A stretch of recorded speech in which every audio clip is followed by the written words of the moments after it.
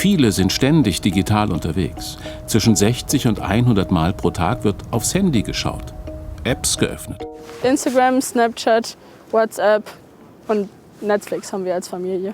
Ich nutze es fast nur zum Fotografieren, zum Telefonieren, selten WhatsApp, Facebook, ja.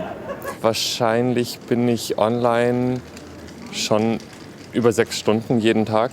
Ich habe Facebook, Instagram, TikTok, WhatsApp, Telegram und natürlich Google auch. Es klingelt, pinkt und pusht rund um die Uhr. Es wird gechattet, telefoniert und fotografiert. Dazu kommen zur Entspannung noch Spiele oder man zockt im Netz. Aber ab wann wird daraus Reizüberflutung und ab wann wird der gesamte digitale Konsum zu viel? Das sagt uns der Diplompsychologe Dr. Klaus Wölfling. Also man kann es zusammenfassen, riskanter Konsum besteht vielleicht bei 2 bis 3 Auffälligkeiten. Da können wir zum Beispiel sagen, Vernachlässigung von Freunden, von Bekannten, Vernachlässigung vielleicht auch von der Arbeit, Konzentrationsdefizite, vielleicht auch Schlafprobleme. Wenn es 5 oder mehr sind, dann würde man von einem krankhaften Konsum sprechen. Und das sollte genau untersucht werden. An der täglichen Nutzungszeit kann man eine digitale Sucht nicht erkennen. Es hängt eher davon ab, was man sonst noch im Leben so macht. Und wie widerstandsfähig man ist. Viele vermuten ja vielleicht, dass sozusagen Dauerzocken während der Semesterferien oder während der Schulferien schon ein Abhängigkeitsausmaß angenommen hat. Das ist tatsächlich nicht so, sondern wir brauchen schon ein bisschen länger. Tatsächlich sagt man, mindestens 12 Monate muss eigentlich ein Problemverhalten vorliegen, um zu einer Abhängigkeit zu werden. Jungs oder junge Männer sind stärker gefährdet als Mädchen oder junge Frauen. Und es kommt auch auf die genaue Form der digitalen Medien an, also wie stark sie den Nutzer an sich binden. Potenzial haben sie alle. Computerspiele haben auf alle Fälle ein höheres Suchtpotenzial als zum Beispiel Social Media oder eben Online-Kaufen oder auch Pornografie oder Streaming. Grundsätzlich ist aber so, dass man von allen diesen Internet-Applikationen auch ein Problemverhalten entwickeln kann. Zu viel digitale Nutzung und Konsum verschlingt viel Aufmerksamkeit und die Merkfähigkeit leidet. Die Arbeitsgruppe um Dr. Wölfling hat Tests mit Patienten gemacht, immerhin mit 150 Personen. Die Konzentration leidet auf jeden Fall über eine intensive oder exzessive Nutzung. Das können wir auch messen oder haben es auch in der Studie nachgewiesen. Zum Glück war es auch so, dass eben die Abstinenz oder die Therapie dazu führten, dass nach 3,5 Monaten die Konzentrationsleistung wieder in der Norm waren oder sogar darüber. Bei fast allen Handys kann man inzwischen sehen, wie viel Zeit man online war und sogar welche Apps man wie oft genutzt hat. Hier 4 Stunden, 45 Minuten im täglichen Durchschnitt, das sind 33 Stunden in der Woche. Es gibt inzwischen viele Apps, die unseren Medienkonsum verbessern sollen. Zum Beispiel die App OneSec soll helfen, da wird man aufgefordert, einen tiefen Atemzug zu nehmen, um sich erst dann zu entscheiden, ob man schon wieder jetzt zum 8. Mal Instagram aufmachen will. Und Samsung wirbt mit der Option digitales Wohlbefinden, um einzelne Apps zeitweise zu blockieren.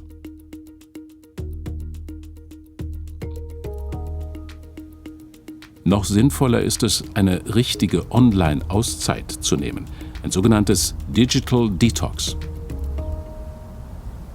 Da würde ich empfehlen, einfach mal 7 Tage zu versuchen, ohne neue elektronische Medien auszukommen, sich vielleicht einfach nur auf die Kommunikation per Telefon und SMS ganz oldschool-mäßig zurückzuziehen und zu sehen, wie man das verträgt. Wenn man es sehr gut verträgt und quasi dort wenig Entzugserscheinungen, jetzt mal in Anführungszeichen gesagt, eben ausprägt, also nicht nervös wird, nicht plötzlich schlaflos ist, nicht gereizter ist, dann ist es ein gutes Zeichen. Wenn alle diese Phänomene aber auftreten, dann sollte man sich vielleicht Gedanken machen und eine Suchtberatungsstelle aufsuchen.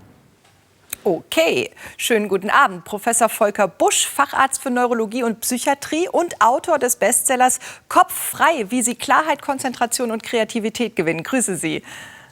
Ja, hallo, guten Abend. Viele Menschen, die zu Ihnen kommen, haben Sie mir erzählt, sagen, sie haben ein verstopftes Gehirn. Sind die dann überwiegend digital verstopft? Ja, Informationen können uns tatsächlich verstopfen, wenn wir zu viel davon haben und unser Gehirn keine Zeit hat, die alle zu verarbeiten oder abfließen zu lassen. Und diese Gehirnverstopfung merken wir daran, dass wir alles durcheinander schmeißen, uns nichts mehr merken können, unser Gedächtnis nachlässt. Oder wir merken es daran, dass diese ganzen Nachrichten, Botschaften, Schlagzeilen, die wir den Tag über aufgenommen haben, uns abends im Kopf kreisen. Sie lassen uns nicht mehr zur Ruhe kommen und lassen uns schlecht schlafen. Auch dann sprechen wir von einer Informationsüberladung oder Verstopfung. Auf jeden Fall ein guter Begriff. Wie können wir denn diese Reizüberflutung, die es ja de facto ist, wieder in vernünftigere Bahnen lenken? Es wurde eben in dem Einspieler schon richtig toll gezeigt. Ich würde da gerne noch mal drauf Bezug nehmen. Das Entscheidende ist grundsätzlich immer, bevor wir uns einer Information zuwenden, uns die ganz ehrliche und kritische Frage zu stellen, muss das jetzt sein? Also es geht um Auswahl, um Selektion. Welche Information lasse ich in meinen Kopf? Und welche dürfen da nicht rein? Dieser Auswahlprozess, der wird immer wichtiger, weil wir in einer digitalen Welt leben, die immer mehr Informationen produziert. Pro Jahr nimmt das um mehr als 2% zu.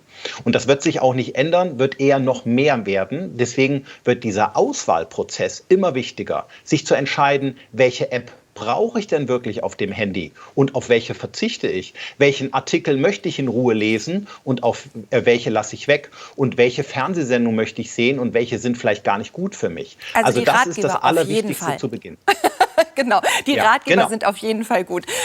Was bleibt denn auf der Strecke, also wenn man die ganze Zeit sich mit Informationen vollsaugt? Eigentlich ist es natürlich auch gut, sich zu informieren. Natürlich, absolut. Es geht auch nicht darum, sich der digitalen Welt zu verschließen. Nur unser Gehirn braucht immer auch eine gewisse Zeit, die ganzen Dinge zu verarbeiten. Ich empfehle deswegen grundsätzlich nach jeder Informationsaufnahme kurze Zeit der Verarbeitung dem Gehirn zu ermöglichen. Also einen Artikel lesen und dann 5 Minuten drüber nachdenken, was nehme ich mit, was lerne ich daraus, was möchte ich mir merken. Nach einer Fernsehsendung nicht umschalten, sondern erstmal abschalten, kurz drüber nachdenken. Das gilt für jedes Meeting, für jede Unterhaltung. Also immer wenn wir Informationen aufgenommen haben, kurz im Gehirn drüber nachdenken und dann schaffen wir einen Abfluss und eine gute Möglichkeit der Verarbeitung. Also Ihr Tipp ist ja, sich ganz bewusst Zeit zum Nachdenken einzuplanen. Das klingt ja jetzt erst auch mal ein bisschen lustig, wenn ich mir von 19 bis 20 Uhr Nachdenken in den Kalender schreibe. Meinen Sie es so? Naja, es soll nicht ein Termin sein. Das wird wahrscheinlich mit Ihrem Alltag kaum kompatibel sein. Aber Sie könnten beispielsweise nach einer ereignisreichen Diskussion mit Ihren Kollegen mal 5 Minuten um den Block gehen.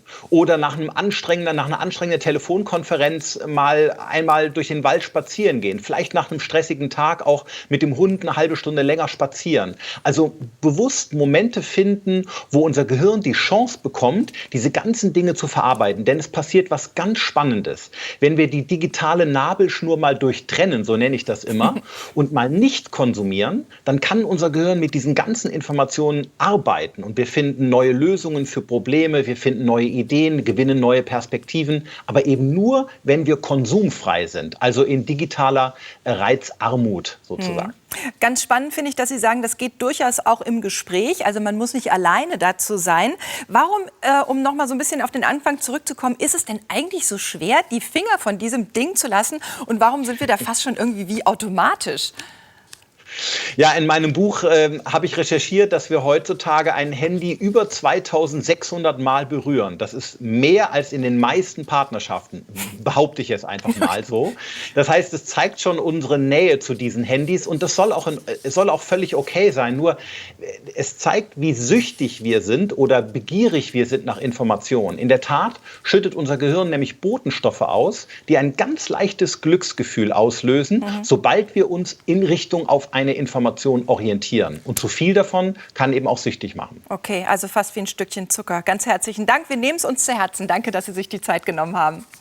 War mir eine Freude. Dankeschön. Also, wenn sich Ihr Gehirn auch verstopft anfühlt, dann nehmen Sie sich ganz bewusst digitale Auszeiten und schreiben Sie einfach mal Nachdenken in den Kalender. Das geht auch im Gespräch und beim Spaziergang.